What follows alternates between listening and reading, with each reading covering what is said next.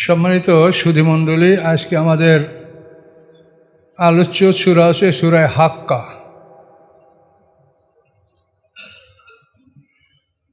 আউযু বিল্লাহি মিনাশ শাইতানির রাজিম। বিসমিল্লাহির রহমানির রহিম। আল হাক্কা, অবশ্যই অনুষ্ঠিত হবে যে বিষয়, তাহাক্কুকুল ওয়াকু, মানে যেটা অনুষ্ঠিত হবে তাতে কোনো সন্দেহ নাই। তো এই অবশ্যই অনুষ্ঠিত হবে সন্দেহ, এটা হলো কিয়ামত। তো আল্লাহ বলেন আল হাক্কা, কিয়ামত অবশ্যই অনুষ্ঠিতব্য ঘটনা। মাল হাক্কা, কি সেই হাক্কা যে অবশ্যই সংগঠিত হবে, সেটা কি? অমাদ্রাকা মাল হাক্কা, কোন জিনিস আপনাকে জানাবে, কিসে আপনি জানতে সক্ষম হবেন যে হাক্কাটা কি? অবশ্যই অনুষ্ঠিতব্য বিষয়, এটা কি, এটা আপনি কি করে জানবেন? কাযযাবাত সামুদু আদু বিল কারিয়া, অবিশ্বাস করেছিল সামুদ জাতি, আদ জাতি কারিয়াকে। এই কারিয়া মানেও কিয়ামত। কারা শব্দের অর্থ হলো দরজা ঠোকানো, দরজায় নক করা। তো এই কিয়ামতকে কারা বলা আছে, কারিয়া, যে মানুষের অন্তরে সে আঘাত করবে, মানুষের অন্তরে আঘাত করবে, এই জন্য তাকে কারে, আঘাতকারী। তাহলে বলেন সামুদ জাতি, আদ জাতি কারিয়া এই কিয়ামতকে অস্বীকার করেছিল। সামুদ জাতি, আদ জাতি এরা হলেও নূহ আলাইহিস সালামের পঞ্চম এবং ষষ্ঠ পুরুষের মানুষ। এই যে আদ, এই আদরা আগে, সামুদ তার পরে। আদ এবনে আওজ এবনে এরাম এবনে সাম এবনে নূহ, অর্থাৎ নূহ আলাইহিস সালামের পঞ্চম পুরুষ হলো আদ জাতি, আর সামুদ জাতি হলো ষষ্ঠ পুরুষে। সামুদ এবনে জাসুর এবনে আওজ এবনে এরাম এবনে সাম এবনে নূহ। তাহলে সামুদ জাতিটা আদের পরে। তো এরা হলো নূহ আলাইহিস সালামের ষষ্ঠ পুরুষে, আর আদ জাতি হলো পঞ্চম পুরুষে। এই দুটা জাতি নূহ আলাইহিস সালামের প্লাবনের পরে এই দুইটা জাতি পরপর ধ্বংস হয়েছে। প্রথম আদ জাতি ধ্বংস হয়েছে, তারপরে সামুদ জাতি ধ্বংস হয়েছে। তো আল্লাহ বলেন কাযযাবাত, এরা অস্বীকার করেছিল, মিথ্যা প্রতিপন্ন করেছিল সামুদ জাতি এবং আদ জাতি বিল কারিয়া, কিয়ামতকে, অন্তরে আঘাতকারী কিয়ামত। এই কিয়ামতকে তারা অস্বীকার করেছিল। আসলে দেখেন, আল্লাহ বারবার এই কথাটা বলছে, তার কারণ পৃথিবীতে যে অশান্তি, এর একমাত্র কারণ পরকালকে বিশ্বাস না করা এবং পরকালের বিশ্বাসটা অন্তরে খুব মজবুত না থাকা। এটা ভাষা বিশ্বাস, এটার মূল্য নাই। যদি একটা মানুষ জানে যে আমি যা করছি আমি অল্প সময়ের মধ্যে বিচারের সম্মুখীন হব, আমার পিছনে পাহারাদার আছে, আমার কথা রেকর্ড করা হচ্ছে, আমার পিছনে সিআইডি ডিআইবি লাগা আছে, তা সে সতর্ক হয়ে কাজ করবে না, সতর্ক হয়ে চলবে না? তো এই জন্য এই বিশ্বাসগুলি আমাদের যাতে দৃঢ় হয়, এই জন্য এই কথাগুলোই কিন্তু কোরআনে আল্লাহ তাআলা বেশি বেশি করে উল্লেখ করেছেন। তো সামুদ জাতি, আদ জাতি এই কিয়ামতকে অস্বীকার করেছিল। ফলে কি হলো? ফাম্মা সামুদু, অতঃপর সামুদ জাতি, এদের পয়গম্বর ছিলেন সালেহ আলাইহিস সালাম, যাকে পরীক্ষার জন্য একটা মোজেজে বড় উট দান করা হয়েছিল, এটা আপনারা যথাস্থানে শুনেছেন। তে অতঃপর সামুদ জাতি উহলিকু বিত-তাগিয়া, তাদেরকে ধ্বংস করা হয়েছিল কঠিন শাস্তি দ্বারা। তাগা শব্দের অর্থ প্রবল, যেটা মানে সব কিছুকে অতিক্রম করে, কিছু মানে না, বাতা বিভক্তি মানে না, সীমা লঙ্ঘন করে, এটাকে তাগিয়া। তো তাদেরকে ধ্বংস করা হয়েছে একটা বিকট শব্দে। জিবরিল আমিন একটা বিকট শব্দ করেছে, চিৎকার করেছে, তাতে ওরা সব বেহুশ হয়ে মরে উবু হয়ে পড়েছিল, এবং সাথে সাথে সেখানে ভূমিকম্প হয়েছে। আম্মা আদুন, অতঃপর আদ জাতি, এই আদ জাতির পয়গম্বর ছিলেন হুদ আলাইহিস সালাম, এবং এই জাতির থেকে আপনারা যার নাম শুনেছেন যে বেহেশত বানাইছিল সাদ্দাত, ও কিন্তু এই আদ জাতির লোক। এবং ও যে এডেনে ও বাড়িটা বানাইছিল, এডেনে, এই জন্য ওর বাড়িটার নাম হয়েছে জান্নাতে আদন। তা আরবিতে আদন শব্দের অর্থ হলো চিরস্থায়ী। তো এই ওর বাড়িটাকে কেন্দ্র করে কিন্তু ওই দেশের নাম রাখছে এডেন, এবং উপসাগর এডেন উপসাগর, এটা কিন্তু ওই সাদ্দাদের বাড়ির নামকরণ হিসেবে এগুলো করা হয়েছে। তো আল্লাহ বলেন ওয়াম্মা আদুন, অতবার আদ জাতি, অহুলিকু তাদেরকে ধ্বংস করা হয়েছে, বিরিহেন সসরেন প্রচণ্ড ঝোড়ো হওয়ার মাধ্যমে, আতিয়া যা সব কিছুর উপর প্রবল ছিল। এই ঝড়ো হওয়াটা কতদিন ছিল দেখেন, সাক্ষারা আলাইহিম, তা লাগিয়ে রাখা হয়েছিল তাদের উপরে, তা অবিরাম রাখা হয়েছিল তাদের উপরে, সাবা লায়ালেন 7 রাত ও সামানাতে আইয়াম এবং 8 দিন। এই যে প্রবল ঝঞ্ঝাবায়ু, এই বাতাসটা তাদের উপরে অনবরত করে রাখা হয়েছিল 7 রাত এবং 8 দিন। এই 7 রাত 8 দিন একাধারে ঝঞ্ঝাবায়ু।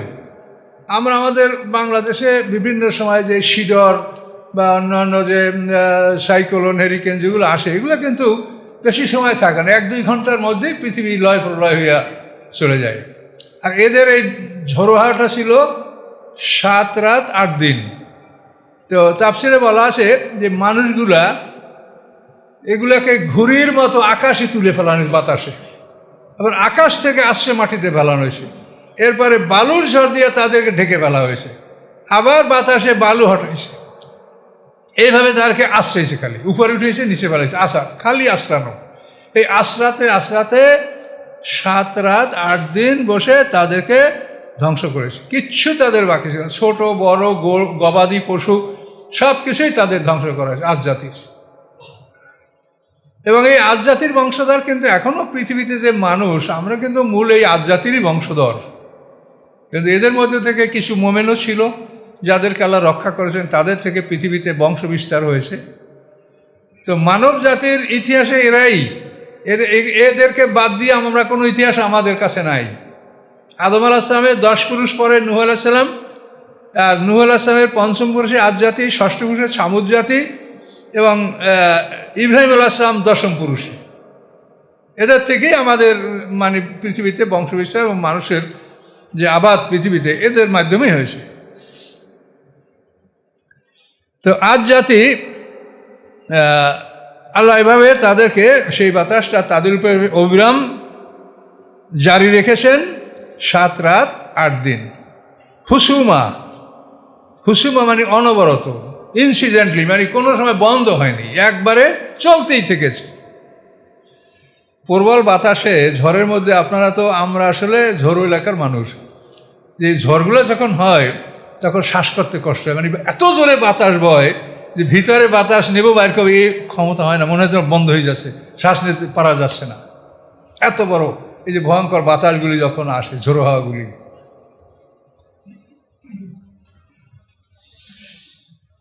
হুসুমা অনবরত,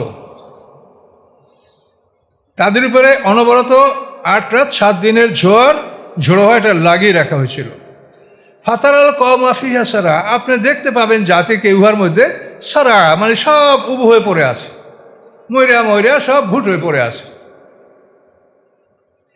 কিভাবে পড়ে আছে? কান্নাম আজাজ ও নাকলেন খাবিয়া, মনে হয় যেন তারা উপরানো খেজুর গাছ, আজাদ মানে জ্বর শিকড়, নাকলুন মানে খেজুর গাছ, খাবিয়া মানে উপরানো। খেজুর গাছ যদি উপরে যায় তাহলে তার জ্বরগুলি তো খুব মানে বিশ্রী জ্বর, অন্য গাছে তো কয়েকটা জ্বর থাকে, আর খেজুর গাছে তো শত সহস্র জ্বর থাকে, এবং খুব একটা ভয়ঙ্কর দৃশ্য। তো ওদেরকে আল্লাহ বলছেন যে দেখলে মনে হবে যে উপরানো খেজুর গাছের জ্বর, তার মানে তাদের বক্ষস্থল থেকে কলিজা রগ এগুলি সব বের হয়ে পড়ে আছে, নাড়ি ভুঁড়ি, যার জন্য এটা উপরানো গাছের মতো মনে হচ্ছে, যে শিকড়, তাদের নাড়ি ভুঁড়িগুলি এমনভাবে বের হয়ে আছে মনে যেন খেজুর গাছের শিকড়। আল্লাহ বলেন ফাল তারা আহমেম বাকিয়া, আপনি তাদের কাউকে অবশিষ্ট দেখতে পাচ্ছেন? কেউ আছে? কেউ নাই। যারা বিরোধিতা করেছিল তারা কেউ নাই, শুধু পয়গম্বর মুমিনদেরকে তিনি মুক্তি পেয়েছেন, অন্য এলাকায় হিজরত করেছেন। ওয়াজা ফিরআউন আমান কাবলাউ আল মুতাফাকাতু ওয়াল খাতিয়া, এসেছে ফেরাউন, তো জাবেল খাতিয়া মানে অপরাধ নিয়ে এসেছে। আরবি ভাষা তো এই মানে এই যার সাথে একেবারে শেষ শব্দটা, এই দুইটা মিলিয়ে অর্থটা হবে। যা ফেরাউনও এসেছে, ফেরাউন কি নিয়ে আসছে? বেল খাতিয়া, অপরাধ, পাপ, সীমা লঙ্ঘন নিয়ে এসেছে। আমান কাবলাহু, এবং যারা ছিল ফেরাউনের আগে তারা। ফেরাউন তো মুসা আলাইহিস সালামের সময় মুতাফিকাত, এবং যাদেরকে উল্টে ফেলে দেওয়া হয়েছিল এটা হলো লুত সম্প্রদায়। বেল খাতিয়া, ওই যা বেল খাতিয়া, এরা সবাই অপরাধ নিয়ে এসেছিল, অপরাধ করেছিল। ফেরাউন এ তো মুসা আলাইহিস সালামের সম্প্রদায়। তো মুসা আলাইহিস সালাম তো অনেক, ইব্রাহিম আলাইহিস সালামের হলো 8 পুরুষ পরে, মুসা ইবনে ইমরান ইবনে ইয়াসার ইবনে কায়েস ইবনে লাবি বিন ইয়াকুব বিন ইসাক বিন ইব্রাহিম আলাইহিস সালাম। তো ইব্রাহিম আলাইহিস সালামের 8ম পুরুষের পয়গম্বর হলো মুসা আলাইহিস সালাম। এই মুসা আলাইহিস সালামের আগেই পৃথিবীতে পয়গম্বর ছিল শুআয়ব আলাইহিস সালাম, যার বাড়িতে মুসা আলাইহিস সালাম আশ্রয় নিয়েছিলেন, যার মেয়ে বিয়ে করেছিলেন। এটা মুসা আলাইহিস সালামের একেবারেই কাছাকাছি তার পূর্বের পয়গম্বর। তো এই শুআয়ব আলাইহিস সালামের জাতিকেও ধ্বংস করা হয়েছে, তাদেরকে অগ্নিবৃষ্টি দিয়ে ধ্বংস করা হয়েছে শুআয়ব আলাইহিস সালামের জাতিকে। এখানে আল্লাহ বলছেন ফেরাউন এবং তার পূর্বে যারা ছিল মুতাফিকাত, এবং যাদেরকে উল্টে ফেলা হয়েছিল, অর্থাৎ লুত সম্প্রদায়, বেল খাতিয়া, তারা অপরাধ নিয়ে এসেছিল পৃথিবীতে, তারা অপরাধ করেছিল। আসাও রাসূলা রব্বিহিম, তারা অবাধ্য হয়েছে, অমান্য করেছে রবের রাসূলদেরকে। মুসা আলাইহিস সালামকে নিয়ে ঠাট্টা উপহাস করেছে, রাসূলদেরকে নিয়ে ঠাট্টা উপহাস তো সবাই করেছে। তারা অবাধ্য হয়েছে, অমান্য করেছে রবের রাসূলদেরকে। আখাযাহুম আকসাতার রাবিয়া, অথবা আল্লাহ তাদেরকে পাকড়াও করেছেন, কঠিন পাকড়াও, শক্তভাবে তাদেরকে ধরেছেন। এমন ধরা ধরেছেন যেটা মানে অসম্ভব, অস্বাভাবিক ব্যাপার, যে ফেরাউন সম্প্রদায়ের 10,60,000 বাহিনী লোহিত সাগরে একসঙ্গে ডুবে মারা গেছে।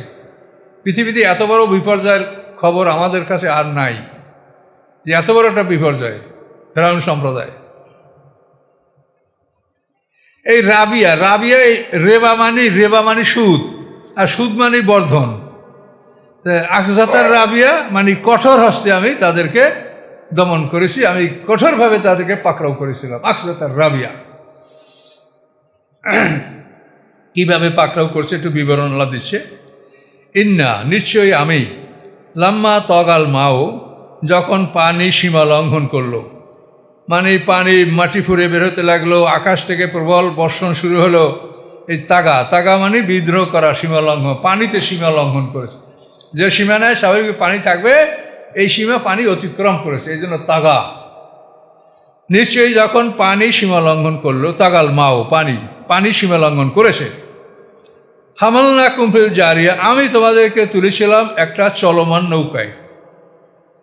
আল্লাহ নূহ আলাইহিস সালামের বদদোয়া কবুল হওয়ার 20 বছর পরে বন্যাটা আসছিল।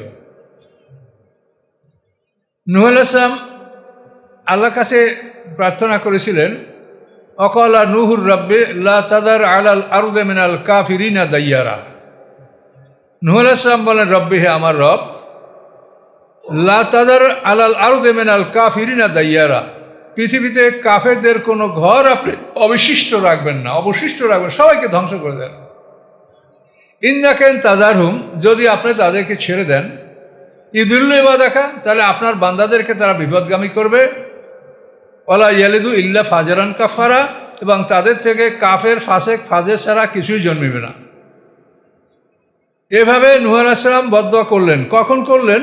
যখন আল্লাহ তাকে জানিয়ে দিয়েছিলেন, ইন্নাহু লা ইউমিনু মিন কওমিকা ইল্লা মান কাদ আমান, যে নিশ্চয়ই তোমার জাতির থেকে যারা ঈমান এনেছে, নূতন আর কেউ ঈমান আনবে না। এটা যখন আল্লাহ জানিয়ে দিলেন নূহ আলাইহিস সালামকে, তখন তিনি তাদের বদদোয়াটা করলেন।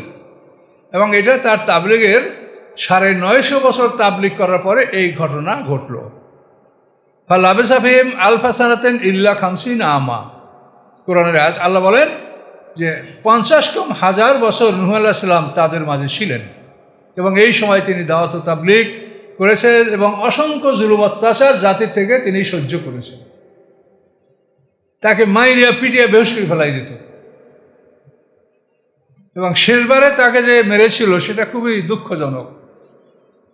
এক বৃদ্ধ তার ছেলেকে নিয়ে নূহ আলাইহিস সালামের কাছে গেছে, যে বলে, এই ছেলে, এই দেখো এই লোকটা মিথ্যাবাদী, এই লোকটার কথা আমি শুনি না, আমার বাবা আমাকে মানা করে গেছে, এই জন্য আমি এই লোকটার কথা মানি না। আর আমি তোর বাবা, আমি তোকে মানা করলাম, এই লোকটাকে তুই মানবি না, আর তোর সন্তানদেরকে তুই মানা করে যাবি, তারাও যেন এই লোকটাকে না মানে। এইভাবে তারা কুফরি বিষয়টা তারা কনফার্ম করতেছিল। এই কথা বলার পরে ওই বৃদ্ধের হাতে একটা লাঠি ছিল, এই লাঠি নিয়ে ওই ছেলেটা, যুবক ছেলে, লাঠি টেনে নূহ আলাইহিস সালামকে বেদমভাবে পিটাইল। এরপরেই নূহ আলাইহিস সালাম আল্লাহর আশ্রয় কামনা করলেন। পয়গম্বর যখন আল্লাহর আশ্রয় কামনা করে তখন সে জাতির ধ্বংস অনিবার্য। এরপরে জাতির জন্য আল্লাহ তাআলা তারপরও সময় দিলেন। নূহ আলাইহিস সালামের এই বন্যা মানে বদদোয়া কবুল হওয়ার 20 বছর পরে বন্যাটা আসছে। দোয়া কবুল হয়ে গেছে, মঞ্জুর হয়ে গেছে, আল্লাহ জানিয়ে দিয়েছেন, কিন্তু 20 বছর সময় পরে বন্যাটা আসছে। এবং এই সময়ের মধ্যে নূহ আলাইহিস সালামকে আল্লাহ বলছেন যে তুমি একটা গাছ লাগাও, শাল গাছ। সেই গাছটা 20 বছরে প্রচণ্ড একটা গাছ হয়েছে, যেটি একটা গাছের তক্তায় নূহ আলাইহিস সালামের সমস্ত নৌকাটা তৈরি করা হয়ে গেছে। আর এখানে আরেকটা কারণ ছিল যে নূহ আলাইহিস সালামের বন্যায় কোনো নাবালেগ বাচ্চারা ডুবে মারা যায়নি। নূহ আলাইহিস সালামের বদদোয়া কবুল হওয়ার পরে সেই জাতির নারীরা আর কোনো নূতন কেউ সন্তান প্রসব করেনি। যারা মায়ের কোলে ছিল এই 20 বছরে তারা সবাই বড় হয়ে গেছে। কাজে নূহ আলাইহিস সালামের প্লাবনে কোনো নাবালেগ শিশুরা মারা যায়নি, সব বড়, 20 বছরের কম কেউ বড় ছিল না। এভাবে নূহ আলাইহিস সালামকে সব আল্লাহ জানে, সব কোরআনে বলেছে ফারাত তান্নুর, মানে উনান থেকে, চুলা থেকে যখন আগুনটা, ওভেন, চুলার থেকে যখন আগুনটা পানিটা বেরোয় আসবে তখন বুঝতে পারবে যে বন্যা শুরু হয়েছে। এবং তাফসিরে বলা আছে যে মা হাওয়া পাথরে একটা চুলা ব্যবহার করতেন, সেই চুলাটা পৃথিবীতে ছিল এবং ওই চুলাটা ইরাকের কোনো অঞ্চলে ছিল। ওখান থেকেই প্রথম পানি উদ্গীরণ, মানে গাশিং করা, মানে সজোরে প্রবাহিত হওয়া, এভাবে পানিটা বের হচ্ছিল। তখনই তারা বুঝতে পারছেন যে এখন বন্যা শুরু হয়েছে, প্রস্তুতি নিতে হয়। তো আল্লাহ এই কথা বলেন, ইন্না লাম্মা তাগাল মাও হামালনাকুম ফিল জারিয়া, নিশ্চয়ই পানি যখন সীমা লঙ্ঘন করলো আমি তোমাদেরকে একটা চলমান নৌকায় তুললাম। নূহ আলাইহিস সালাম আল্লাহর হুকুমে আল্লাহর সামনে আল্লাহ বলেই দিয়েছেন, ওয়াসনাইল ফুলকা বিআয়ুনিনা, তুমি আমার চোখের সামনে নৌকাটা বানাও, আমি যেভাবে বলছি সেভাবে বানাও। এবং নৌকার সামনেটা ছিল কাজুজুয়ের তাইরে, মানে পাখির বক্ষস্থলের মতো। এই যে ঘুঘু, কবুতর আর ঘুঘুর কিন্তু এক জাতীয় পাখি। কবুতরটা একটু বড়, ঘুঘু আর কবুতর এক জাতীয় পাখি। তো পাখির সিনার মতো তুমি নৌকার সম্মুখভাগটা করো। এবং এই নৌকাটা আল্লাহর হুকুমে নূহ আলাইহিস সালাম তৈরি করলেন। 300 হাত লম্বা, 50 হাত চওড়া, 30 হাত উঁচা এই বিশাল নৌকা তৈরি করে তিনি তার জাতি মানুষদেরকে নিলেন, পশু নিলেন, এবং যে সমস্ত প্রাণী পানিতে মরে যাবে এই সকল প্রাণীর একটা জোড়া তিনি নৌকায় আল্লাহর হুকুমে তুলেছিলেন, যারা পানিতে বাঁচবে না, এরকম প্রাণী যারা। তো এই কথাটা আল্লাহ তাআলা আমাদের কোরআনে বিভিন্ন জায়গায় বলেছেন, ইন্না লাম্মা তাগাল মা, যখন পানি সীমা লঙ্ঘন করলো, হামালনাকুম ফিল জারিয়া, আমরা তোমাদেরকে তুললাম একটা চলমান নৌকায়। লেনা জায়লা তাজকিরাতুল লাকুম, যে আমি করব ওই নৌকাটাকে তোমাদের জন্য একটা উপদেশ, তাজকিরাতান উপদেশ, ও তাইহা উজনুওয়ায়া, এবং যে সমস্ত কান এগুলো শোনে তারা যেন সংরক্ষণ করে।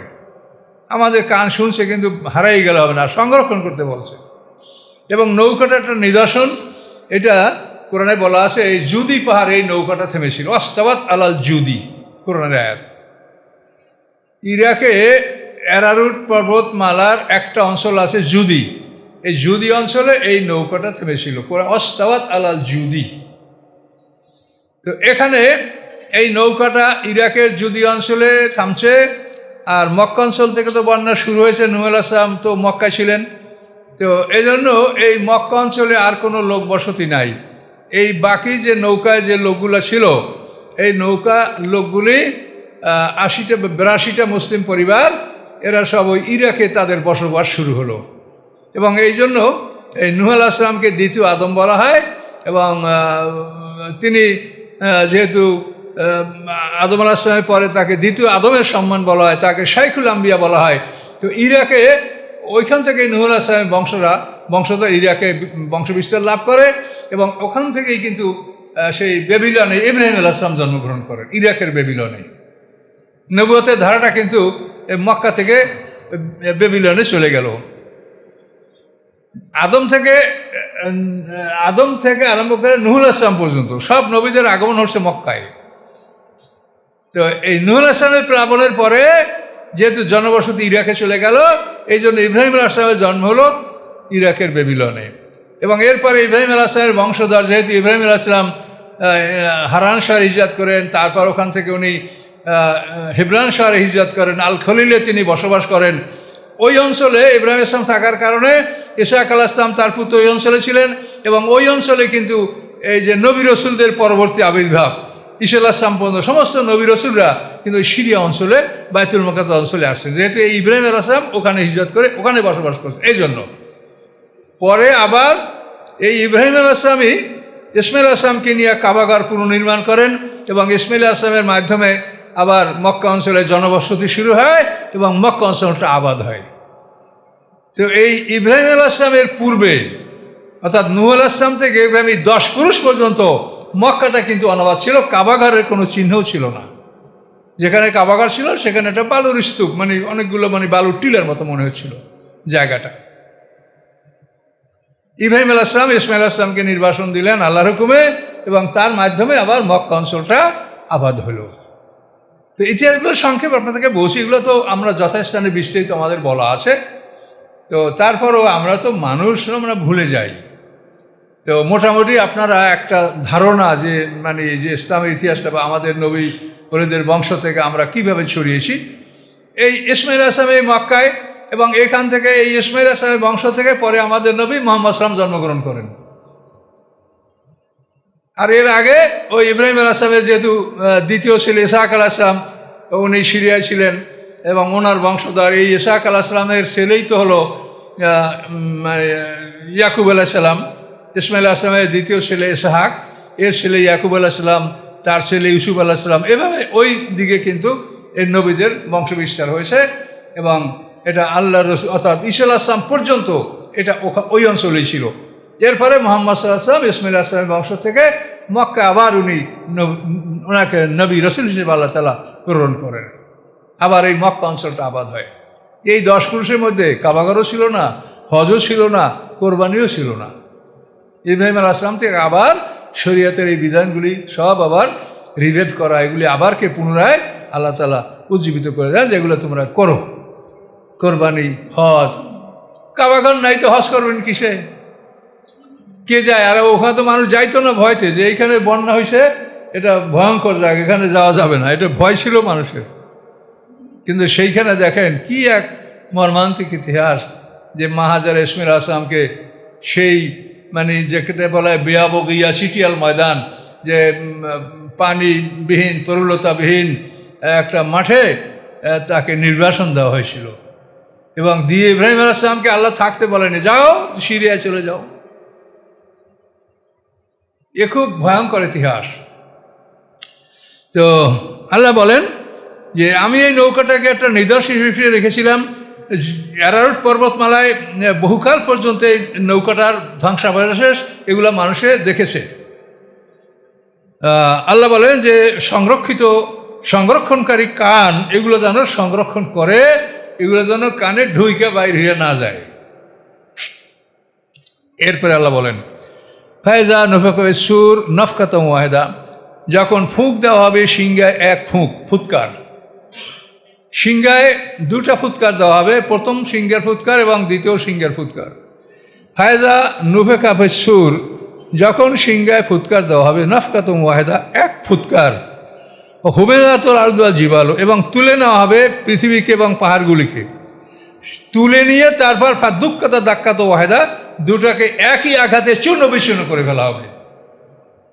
এগুলি মনে হয় যেন কোথাও প্রথিত আছে বা গাথা আছে, এগুলোকে তুলে শূন্য উঠে একই আঘাতে চূর্ণ বিচূর্ণ করে দেওয়া হবে। আল্লাহর হুকুমে এটা হবে, ইসরাফিলের সিংহের ফুৎকারে এটা হবে। ফায়াউমাইযিন ওয়াকিআতুল ওয়াকিআ, সেই দিন ঘটিতব্য ঘটনা ঘটবে। ওয়াকিয়া মানে ঘটনা, আর ওয়াকিয়া ঘটিতব্য, যেটা ঘটার সেটা ওই হাক্কা মানে কি অবশ্যই সংঘটিত হবে। কারিয়া, এই কারিয়া ওয়াকিয়া এগুলি সবই এর অর্থ কিয়ামত। কিয়ামতের এই শব্দগুলি এইভাবে আল্লাহ ব্যবহার করছেন কোরআনে। সেই দিন ঘটিতব্য বিষয় ঘটিত হবে, অর্থাৎ সেই দিন কিয়ামত অনুষ্ঠিত হবে। আনশাক্কাতিস সামা, এবং আকাশ ফেটে যাবে। ফাহিয়া ইয়াউমাইযিন ওয়াহিয়া, এবং সেই দিন আকাশ হবে নম্র। আকাশ কঠিন থাকবে না, সে নম্র হবে। তাকে যা বলা হবে তাই হবে, আল্লাহ যা বলবেন তাই হবে, সে নম্র হবে। আল মালাকু আলা আরজাইহা, আকাশ ফেটে যাবে, তখন ফেরেশতারা কিনারায় চলে যাবে। আকাশ যখন ফেটে যাবে তখন আকাশের মাঝখানের যারা ফেরেশতা, এরা আকাশের দুই সাইডে চলে যাবে। আল মালাকু আলা আরজাইহা। ওয়াহমিলু আরশা রাব্বিকা ফাওকাহুম ইয়াওমাইযিন সামানিয়া, বহন করবে আপনার রবের আরশ সেই দিন তাদের মাথার উপরে 8 জন ফেরেশতা। এমনি আরশ বহনকারীদের ব্যাপারে বলা হয় যে ফেরেশতা 4 জন, কিন্তু 4 জনের কথা কিন্তু কোরআনে বলা নাই। কোরআনে এটা বলা আছে যে সেই দিন আল্লাহর আরশ বহন করবে 8 জনে। 8 জন ফেরেশতা আল্লাহর আরশ বহন করা হবে, বহন করবেন। তো এটা খুব বিশাল ঘটনা। এটা হলো যে আল্লাহ তাআলা বিচারের মাঠে আসার আগের এই ঘটনা। হাসরের ময়দানে প্রথম সিঙ্গার ফুৎ করে মানুষের দেহটা কালেক্ট হবে, তারপরে তারা ঘুমিয়ে পড়বে, তাদের রুহ দিয়ে ঘুম পড়ায় রাখা হবে। 40 বছর পরে দ্বিতীয় ফুৎকার দেওয়া হবে। দ্বিতীয় ফুৎকারে সব মানুষ মাঠে উঠবে। মাঠে ওঠার পরে তারা ওই উলঙ্গ ছোট্ট উঠবে, কিন্তু ওই মাঠেই বড় হবে। তাদেরকে পোশাক দেওয়া হবে, যাদের ভাগ্যে আছে হাউজে কাউসারে পানি পান করানো হবে। এবং মাঠে ওঠার 70 বছর পরে আল্লাহ বিচারের সিংহাসন নিয়ে ময়দানে আসবেন। এই আল্লাহর আগমন সম্পর্কে এখানে কথা বলা হচ্ছে যে আল্লাহ আসবেন কিভাবে, আগমনটা কিভাবে, এই আয়াতগুলিতে সেটা আপনার প্রমাণ। আসবে, প্রথমে আকাশ ফেটে যাবে। এই যে অনসাক্কাতের সামা, আকাশটা ফেটে যাবে।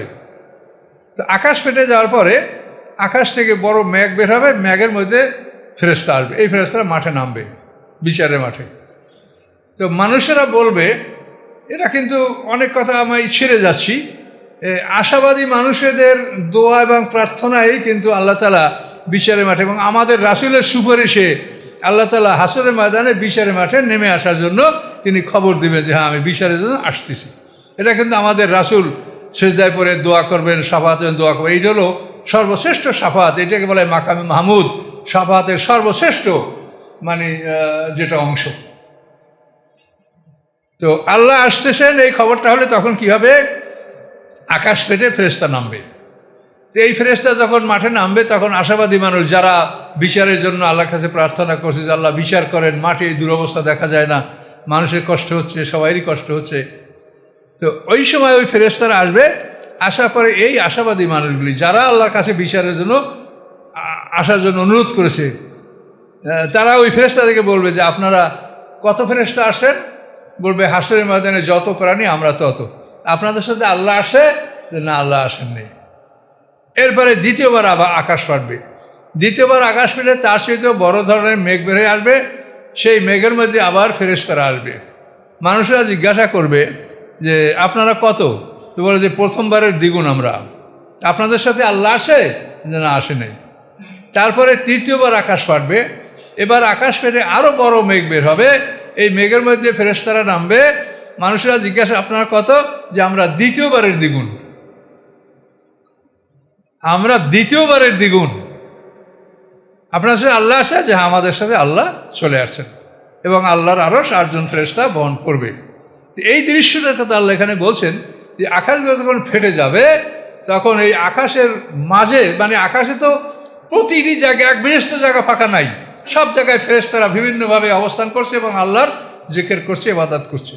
আকাশ ফেটে যে গেলে তখন ওরা কিনারায় চলে যাবে ফেরেশতারা।